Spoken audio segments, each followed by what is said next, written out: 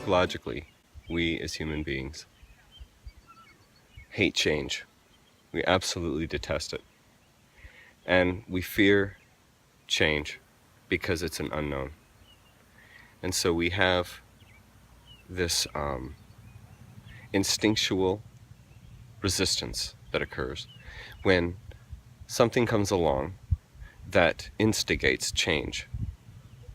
That's why when oftentimes you hear something that goes directly against like what you think or believe or whatever, there's an immediately in your head you think no, and you think of all these reasons why it can't be. Okay, that just goes back to this self-preservation instinct that the ego carries. Because once you get into like a comfortable space, you don't want to change. You don't want to change. And that comfort is where the stasis sets in, okay? That's where the cancer comes, that's where the disease comes, that's where the pathology sources. The pathology comes from stasis, okay?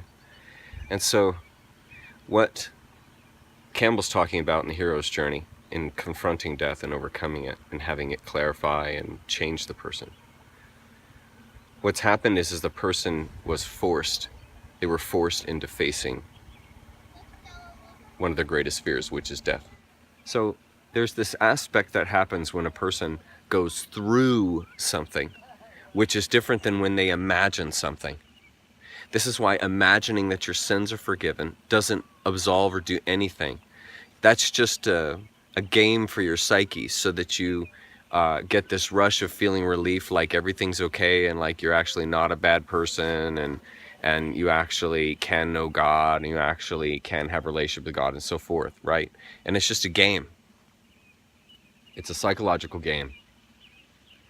So it doesn't work because that's in the imagination. Now a person has to experience something in order to understand it, to know it. Okay, so here is where there's a lot that we can take from this, and a lot we can learn from this idea.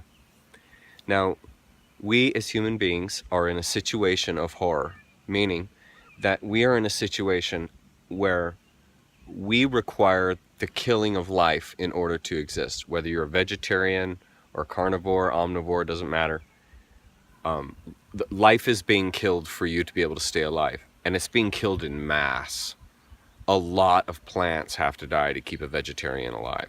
A lot of animals have to die to keep a carnivore or omnivore alive, meaning human being. And we just simply are not close to that, don't realize that, because we're not exposed to it. We don't see the animals being killed, and we're not on the farm, and we don't think of plants as being conscious.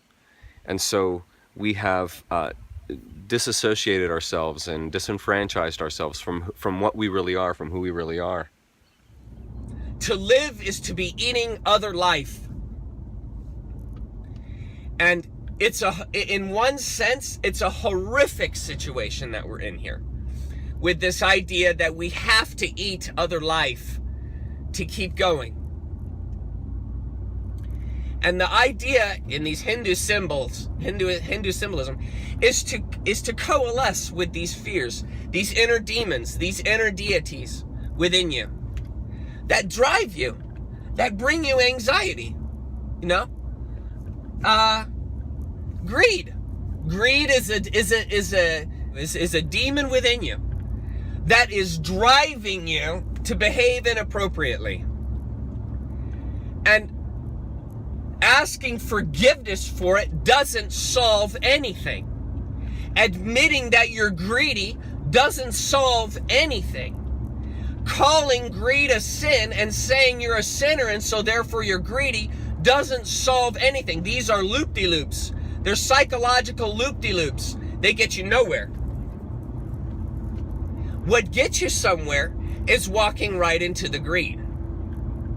You walk right into the greed. And there are two ways to overcome it. Fill your life with greed and operate completely in the state of greed, and you will eventually come to the point where you won't be greedy anymore because you'll find out that it's empty. The other side, which is if you're not going to go down the greedy side, is to completely give your life away. the idea of altruism, right? A life of totally giving oneself away. And then you will overcome, because you will realize that total fulfillment comes from completely giving yourself away. Now, this is where everyone is different. Because some people, the best way they're going to learn that lesson is not abstinence, but is going into complete greed. Because a person who's like that is not going to learn it by being their brow beaten over being greedy. That's not going to teach them. They're going to have to get consumed by greed, and then that's going to teach them. This is why you have people who end up destroying their lives because they never learned the lesson until they destroyed their life, and then they learned the lesson. The tragedy is that was the only way they were going to learn the lesson. And so this is the idea where that person, no matter how staunch a Christian, a Hindu, a Buddhist they became, they didn't learn. They're not going to learn. Now this is the unanswerable aspect of nature. And when you try and force the opinion that everyone is going to learn by force, everyone is going to learn by this way of committing sin and remuneration, or complete asceticism and complete, not eating and just becoming a skeleton, right? The idea that everyone should learn this way, this is psychopathy. This is psychopathy. And it's psychopathy because it's an individual saying that I've determined this to be true and therefore it is right for everyone. So everyone should be Christian and the world would be better.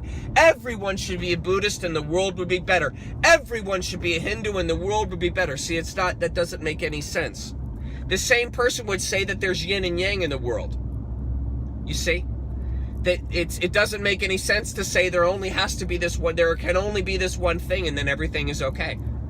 It's the exact same thing as saying there's no such thing as yin and yang. To say that, because you're denying the reality, and the reality is that we are all nature beings.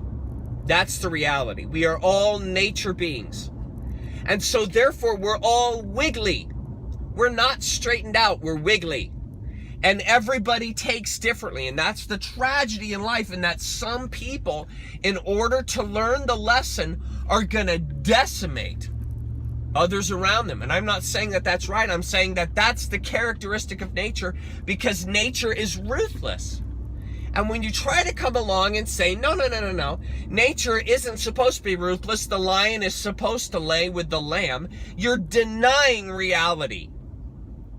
When you say that heaven is this idea that the lion will lay with the lamb, it's a complete psychosis to think that. To think that that is heaven. That's actually hell, because it's only one side of the yin and yang. It's only one side of this balance of dualism, you see? And so when you're trying to take the human idea of what's perfect and put that into eternity, you are creating a psychopathic act, or you are behaving in a psychopathic way. Because you are coming along and saying, there's only one side. And any time that you differentiate life in that way and say that life has to be one-sided, you're crazy. You're as crazy as the person who is an ascetic and they're not eating food anymore, and they say, I am not going to kill anymore, I'm not going to harm anymore, and I am going to live in this deistic idea while being in a human being form.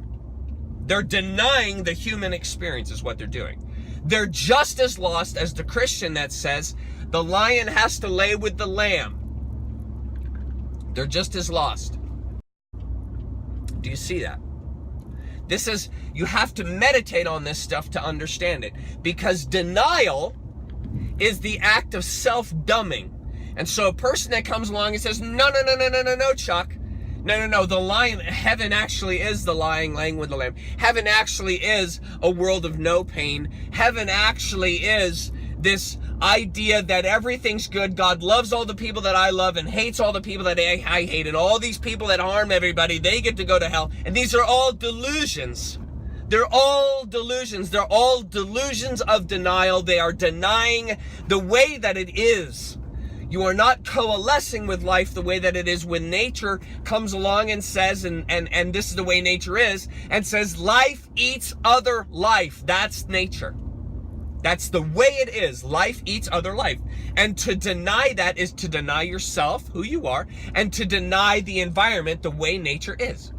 And you and the environment are one. So you're living a world of denial when you're saying that the world has to be corrected. Do you see the psychopathy in all this? All of it is interconnected. And it all keeps boiling back to these same ideals that I have been talking about in all of my videos, which is these ideals of self-righteous indignation, this indignant approach that says I'm right, this idea that says there has to be sin, there has to be remuneration of that, there has to be this Christ figure and this whole idea, there has to be these things. These are all one-sided views. They're all denying reality because they're coming along and saying that something is wrong, inherently wrong with everything, and it has to be destroyed. See, it's inviting psychosis into your life because you're denying the way that you really are. And part of being a human being, the human experience, is making mistakes. That's called being a human. And having to make an excuse for that by saying, oh, I'm human and it's okay that I sin. I've got to make that okay. By trying to make it okay is the same thing as trying to make it okay that lion is in that field and eats that baby the moment it comes out of its mother's womb. Ruthlessly eats that baby, that fetus that baby that comes right out, the doe that comes right out of that deer's womb. It's the same level of denial to come along and say that behaving inappropriately is sin and it has to be righted spiritually. It's the same level of denial. It's denying the natural course of nature, the natural way of nature. And to live in denial, resistance, in a state of hostility to yourself and to nature is to generate psychopathy. It will generate that. It will generate funny thinking and inappropriate conclusions about the world because you're denying yourself and you're denying the world when you insist the world has to be this religious ontology, this religious notion that you have assumed to be the ultimate truth. It's only truth to you, which is truth to nobody else, because everybody else is having a different experience. And like I said when I started, everybody's got a different take. And some people are going to see this whole mind-numbing, mind-washing idea of sin and remuneration and say, you know what, man? That's an empty space. It doesn't do anything. It doesn't resolve anything because it's living in denial. And it's excusing yourself away by just saying, well, I'm just a sinner. And so, of course, I'm going to misbehave. That's a complete excuse to keep misbehaving. What's going to stop you from inappropriate behavior is coming to terms with who you are and knowing who you are and knowing what the environment is. How can I be appropriate in an environment that I don't understand, in an environment that I deny? How can I be appropriate in that space? I can't. I can't be appropriate in that space because it's a space of denial, living in denial. Living that the world must be corrected, living that I must be corrected, living that somehow the world is sin and I'm sin, this whole idea. I'm telling you, it's psychopathy. It is a recipe for psychopathy. But I'm just here to tell you from a person who was a Christian and who is no longer Christian, is on the outside looking in, all you Christians need to know that this is the level of thinking happening outside your little bubble of denial. This is the level of thinking that's happening. This is how people are coming to terms with nature and life and learning to live appropriately as a human being.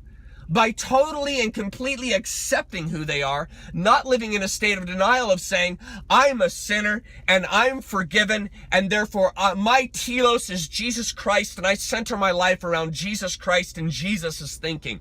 These people see that, and they say exactly the type of things that I'm saying. That's why you can see so many memes on the internet of these funny comedians and these funny psychological people that have thought these things through will say these things because they've thought it through.